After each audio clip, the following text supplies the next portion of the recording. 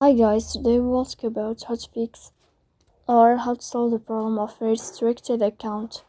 On the application of Discord, you will click on settings. Here in this first page of settings, you will go here to this window of apps, default apps, app settings. When above, you will search about Discord and you will click.